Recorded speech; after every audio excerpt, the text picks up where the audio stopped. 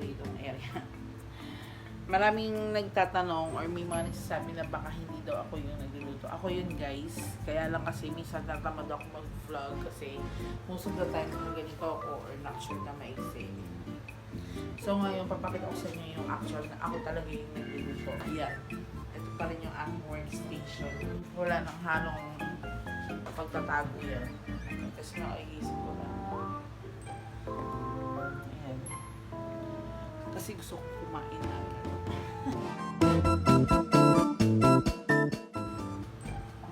Yan siya paluto. Pambe.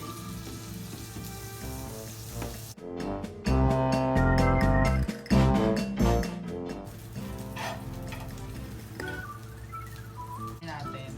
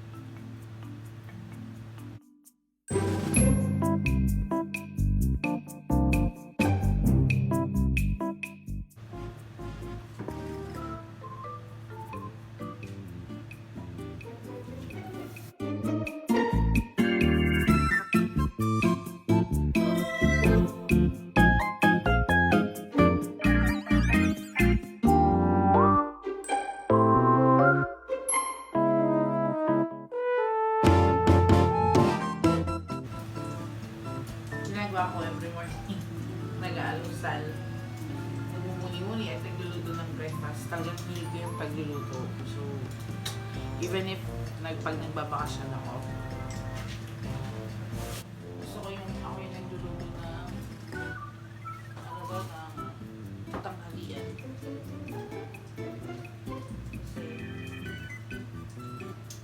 wala lang. Parang doon ko lang napapafeel na lang ko sila. Yan ang ating isa sa mga pagiging buhay OFW.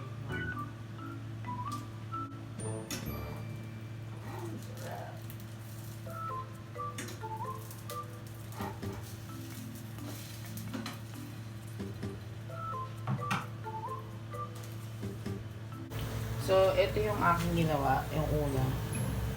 Okay. Ang bango niya. Ayan, oo.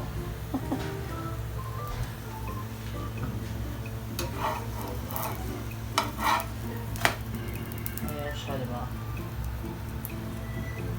Maganda pag medyo toasted ng konti.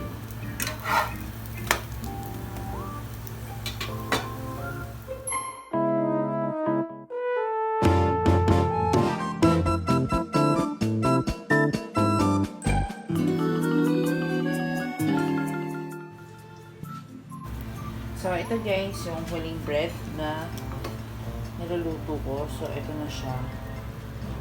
So, ang nagawa ko ay total of 7 pieces. So, yan siya guys. So, masarap siya kapag pinartneran mo ng maple syrup or you want some salted caramel. So, it's up to you guys kung anong gusto nyo. So, ito guys, yung naluto ko, ayan siya. Ang tawag nila dito ay French toast. Pero ito ay Filipino version. So, it's up to you guys kung anong gusto nyo i-add. Kung gusto nyo lagyan ng cinnamon or whatever you want. Masarap din to kapag yung may sugar. Parang i-ano siya sa sugar. Pero ako kasi mas prefer ko tong aking maple syrup. Pero may mas masarap pa dito guys ha. Pero masarap din naman to. Pero may mas masarap dito yung Americana na brand. So, ayun. So, sana nagustuhan niyo yung aking pin-prepare ngayong umaga para sa ating breakfast. And very easy lang yung ingredients ito guys. So, ayun lang guys. So, see you next time. Bye-bye!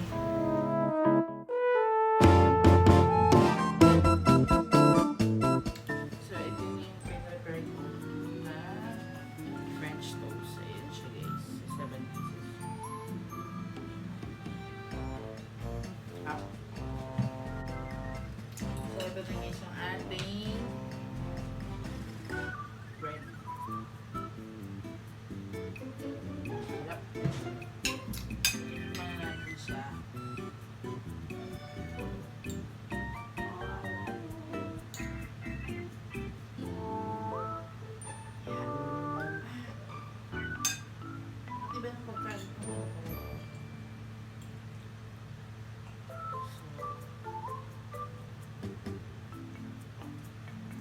Nako!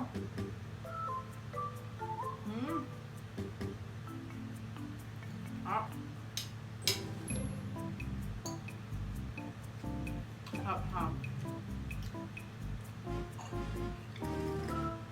Ang lambot.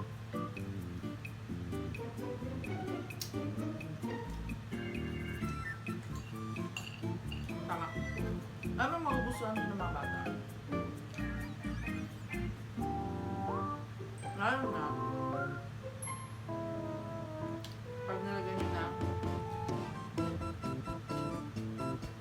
maple syrup.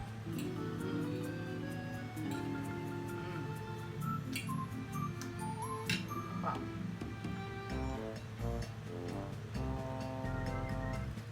Ito kasi maple syrup na to, hindi siya ganun katanis kumpara dun sa isang brand na sinasabi ko. Kaso, kinakain sa ulo ng dalawa. Yung kinutin ko.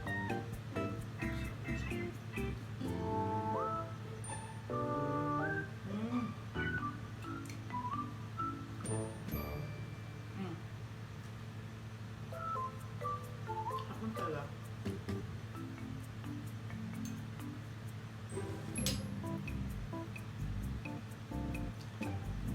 I hope guys that you enjoyed this vlog or this video. I'm gonna put the recipe in the description box para matry. So, yun lang guys. Thank you so